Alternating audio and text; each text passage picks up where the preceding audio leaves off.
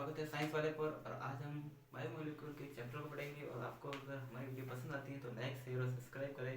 और अगर आपको हमारी वीडियो अच्छी लगती है तो कमेंट में बता सकते हैं, मैं इससे रिलेटेड और भी वीडियो डालता रहूँगा। ठीक है, तो आज हम शुरुआत करेंगे सबसे पहले जैव अणु।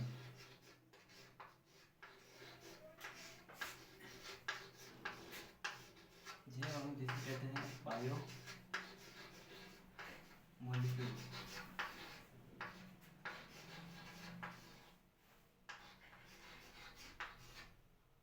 आज हम जैव अणु या बायोमोलिक्यूल के बारे में देखेंगे। सबसे पहले बायोमोलिक्यूल होते कितने प्रकार के हैं, तो बायोमोलिक्यूल मुख्य रूप से 3 प्रकार के होते हैं, जिनमें सबसे पहले एक आता है प्रोटीन, दूसरा आता है कार्बोहाइड्रेट और तीसरा आता है वसा या फैट्स जिसे लिपिड्स कहते हैं। तो सबसे पहले इसके 3 भाग कर सकते हैं हम।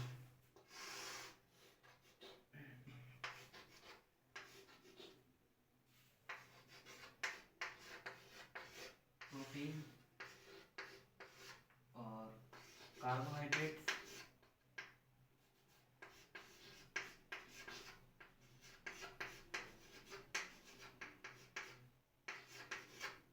और तीसरा हम न्यूक्लिक अम्ल पढ़ सकते हैं, वसा बाद में पढ़ लेंगे ना, तो इसमें आ जाएगा न्यूक्लिक अम्ल। क्या जाएगा? न्यूक्लिक अम्ल। अच्छा, पहले ये जानना होगा प्रोटीन होता क्या है, कार्बोहाइड्रेट क्या होता है और न्यूक्लिक अम्ल क्या होता है। आपको पता है प्रोटीन क्या होता है?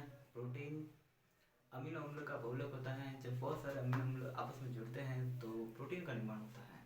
और तो इसी तरह से ये क्या हो गया, प्रोटीन अमीनो अम्ल का अमीनो अम्ल का बहुलक होता है प्रोटीन। और कार्बोहाइड्रेट क्या होता है, तो कार्बोहाइड्रेट कार्बन, हाइड्रोजन और ऑक्सीजन से मिलकर बने होते हैं। कार्बन, हाइड्रोजन और ऑक्सीजन से मिलकर बने होते हैं, इन्हें क्या कहते हैं? कार्बोहाइड्रेट। अर्थात ये कार्बन के हाइड्रेट होते हैं। ठीक है, और सबसे लास्ट में आता है न्यूक्लिक अम्ल। न्यूक्लिक अम्ल भी 2 प्रकार के होते हैं, एक होता है डीएनए और एक होता है आरएनए। डीएनए और आरएनए। तो आज हम इन तीनों में जो भी सबसे पहले पढ़ेंगे वो होगा प्रोटीन। प्रोटीन के बाद में कार्बोहाइड्रेट और उसके बाद में न्यूक्लिक अम्ल पढ़ेंगे। तो सबसे पहले शुरुआत करते हैं प्रोटीन के बारे में। तब तक एक बार आप लिख दीजिए इसे, है ना।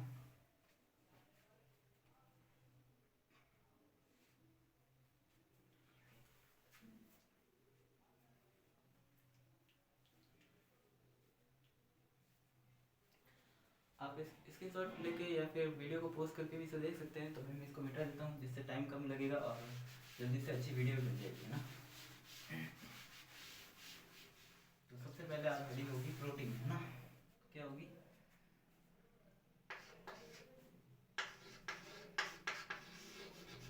प्रोटीन। प्रोटीन सबसे पहले होते क्या है, तो प्रोटीन सबसे पहली लाइन ये है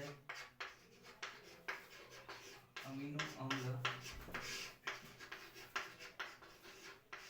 के बहुलक होते हैं। क्या होते हैं? अमीनो अम्ल के बहुलक। इसका मतलब क्या होता है? सबसे पहले बहुलक क्या होता है? बहुलक यानी कि बहुत सारे एकलक मिलकर आपस में जुड़ते हैं और जिससे क्या बनता है? बहुलक बनता है। तो बहुलक में क्या होगा? बहुत सारे एकलक। और इनमें एकलक होता क्या है, ये बात भी ध्यान रखनी है कि प्रोटीन के बहुलक का एकलक क्या होता है, तो एकलक यानी कि मोनोमर।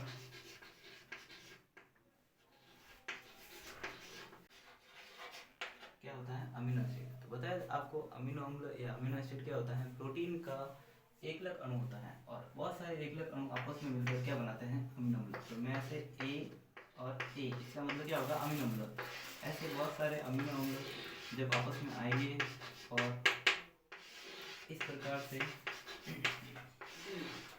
बहुत सारे अमीनो अम्ल यहाँ पर एक क्या बनाएंगे? आपस में रिएक्शन करेंगे और आपस में इनमें क्या बनेगा? बंध। और इस प्रकार का जो बंध बनता है, इस बंध का नाम होता है जिसे कहते हैं पेप्टाइड बंध। क्या कहेंगे?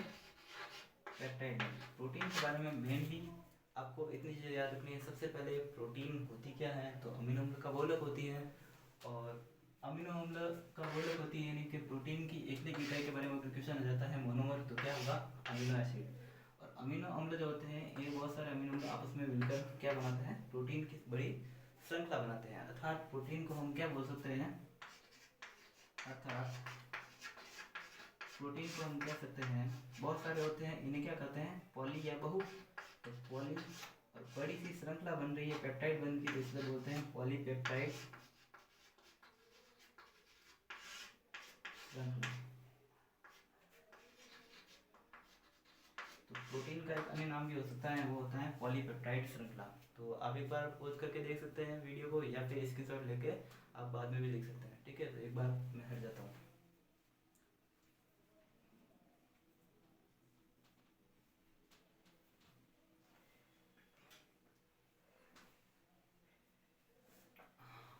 हाँ, तो अभी इसके बाद हम देखेंगे कि अमीनो अम्ल क्या होते हैं, अमीनो अम्ल कितने प्रकार के होते हैं, इनके बारे में सबसे पहले हम देखेंगे।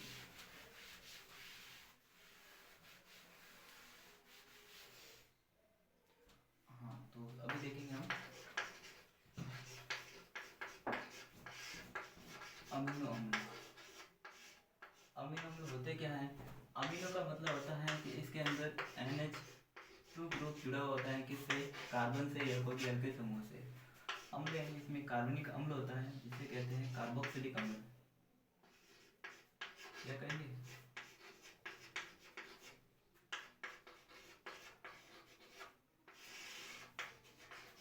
तो अमीनो अम्ल में क्या होगा? अमीनो यानी NH2 समूह होता है, और कार्बोक्सिलिक अम्ल इसमें होता है। तो कार्बोक्सिलिक अम्ल आपको पता ही होगा, जो फंक्शनल ग्रुप होते हैं, क्रियात्मक समूह, उनकी वरीयता जो श्रेणी होती है उनमें सबसे ऊपर रहता है, इसलिए इसको सबसे लास्ट में इसका अम्ल नाम लेते हैं। और अमीनो समूह इसलिए लेते हैं क्योंकि इससे एमीन ग्रुप जुड़ा होता है। ठीक है, और अमीनो अम्ल कुल कितने अमीनो अम्ल होते हैं? तो कुल 20 अमीनो अम्ल होते हैं। कितने? 20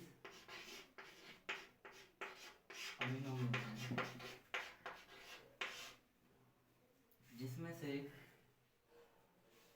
10 अमीनो अम्ल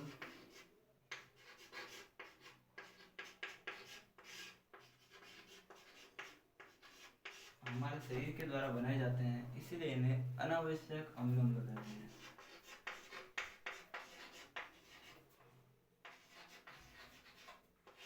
और 10 जो हमारे शरीर के द्वारा बनाए नहीं जाते हैं, संश्लेषित नहीं किए जाते हैं, तो इन्हें कहते हैं, जो हमारे शरीर में भोजन के द्वारा ग्रहण किए जाते हैं, इसलिए इन्हें कहते हैं आवश्यक अमीनो अम्ल।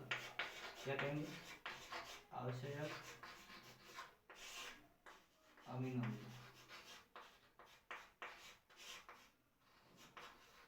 ठीक है, अमीनो एसिड। और इसमें से जो दो अनावश्यक अमीनो अम्ल, दो आवश्यक अमीनो अम्ल होते हैं, इनमें से दो आवश्यक हो जाते हैं 17 से 18 उम्र के बाद में। तो दो जो कौन से वाले हैं? अनावश्यक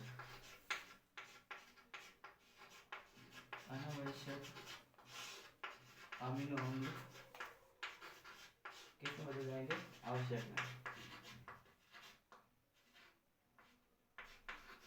17 से 18 उम्र के आने के पश्चात जो आवश्यक अमीनो अम्ल होते हैं वो अनावश्यक में बदल जाते हैं, ये हमारे शरीर में ही बनने लग जाते हैं। तो एक बार आप ये लिखिए, इसके बाद अमीनो अम्ल की ट्रिक्स भी बताएंगे आपको, और अच्छा लगे ट्रिक्स तो लाइक शेयर और सब्सक्राइब भी करना।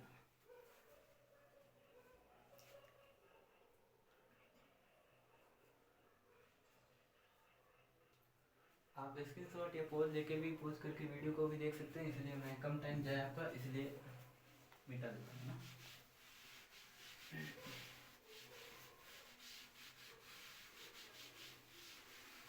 हाँ, तो अब सबसे पहले अमीनो अम्ल की ट्रिक्स देख लेते हैं, जो कि बहुत अच्छी है, आपको अच्छी भी लगेगी। तो सबसे पहले मैं ट्रिक्स लिख देता हूँ ना। तो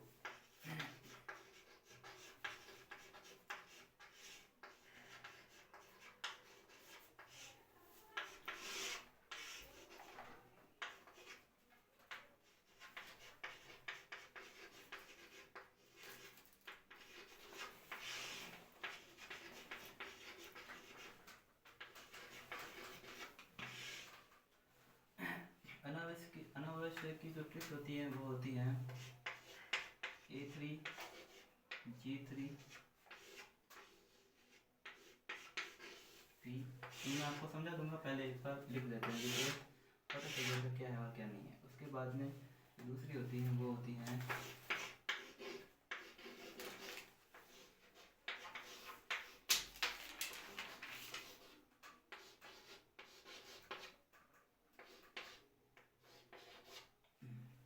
तो A3, G3 और CSTP जो होते हैं अनावश्यक होते हैं। ये शॉर्ट आगे वाले नाम है जिसको आगे हम ट्रिक से जानेंगे। और इसमें TVM,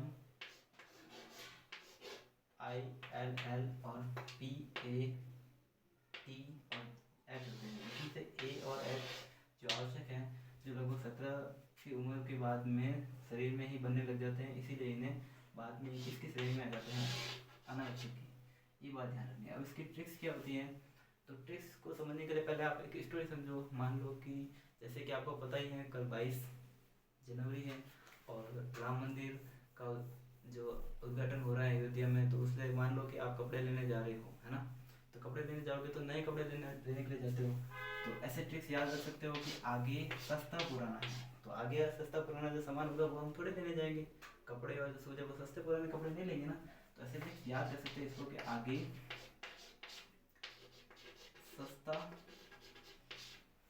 सस्ता और बाद में पुराना। आगे सस्ता पुराना है और हमें क्या चाहिए, अच्छे सूट बूट चाहिए, अच्छे कपड़े चाहिए, तो हम क्या करेंगे, अच्छे कपड़े लाएंगे। और उसके बाद अगर अच्छे कपड़े लाए हैं तो क्या करेंगे, हम राम मंदिर 22 तारीख है तो हम क्या करेंगे, टीवी पे देखेंगे और सब मिल बांट के क्या करेंगे, देखेंगे। तो मिल बांट के लास्ट में आपको याद रखना है पाथ, यानी क्या करेंगे हम राम मंदिर का जो भी राम जी का जो भी पाथ था, जो रास्ता था, उसको क्या करेंगे, अपनाएंगे। अब पाथ में आपको क्या ध्यान रखना है, पाथ में ए और एच जो होते हैं वो एक समय के बाद में आवश्यक से अनावश्यक बदल जाते हैं। अब इसमें ए इसमें भी है और ए इसमें भी है, तो इसमें आवश्यक में से ए कौन सा है, तो ये होता है आर्जिनिन। कौन सा होता है, आर्जिनिन। अब आर्जिनिन आप याद कैसे रखोगे, आर्जिनिन आवश्यक में था या अनावश्यक में। तो अगर सिंपली आपको जानना है आर्जिनिन किस में होता है, तो ए के बाद क्या आ रहा है, आर, और आर यानी रिक्वायर।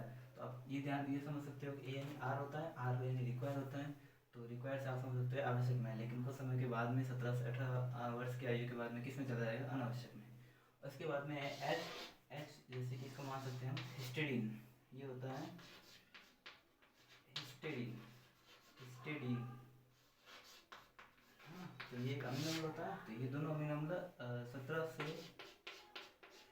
18 वर्ष की आयु में किस में बदल जाते हैं, अनावश्यक में। यानी ये हमारे शरीर के अंदर ही क्या होते हैं, संश्लेषित होते रहते हैं। और इनमें फिर इसके बाद में टी इसमें भी है और टी इसमें भी है। तो कैसे पता चलेगा कि इसमें टी वाला कौन सा है, तो ये वाला जो टी है वो नाम मैं यहाँ पे लिख देता हूँ। यहाँ पे वो होता है टायरोसिन। कौन सा होता है, टायरोसिन। अब एक बात बताऊँ, अब आपके लिए आवश्यक जो चीज़ है वो कौन सी होगी। हमारे शरीर के अंदर अगर हमारे पास हमें अगर बोले कि टायर है वो आपको लेना है, वो भी फटा पुराना, तो टायर आपके लोगे क्या, नहीं, क्योंकि हमारे शरीर के अंदर उसकी आवश्यकता नहीं है, मतलब ये अनावश्यक है। लेकिन टायर क्या होगा, आवश्यक में आएगा। उसके बाद में और कौन सा है जो इसमें इसमें नहीं है, तो इसके अलावा टी आता है, जो टायरोसिन होता है, जो इसके अंदर आएगा। और इसके बाद जो ए है वो आर्जिनिन होगा और एच है हिस्टीडीन होगा। इसके बाद में जितने भी अमीनो अम्ल हैं पूरे 20 के 20, वो मैं आपको अगली वीडियो में बताऊंगा। इस वीडियो में इतना ही। अगर आपको ट्रिक्स अच्छी लगती हैं तो लाइक शेयर और सब्सक्राइब करिएगा साइंस वाले चैनल को। Thank you.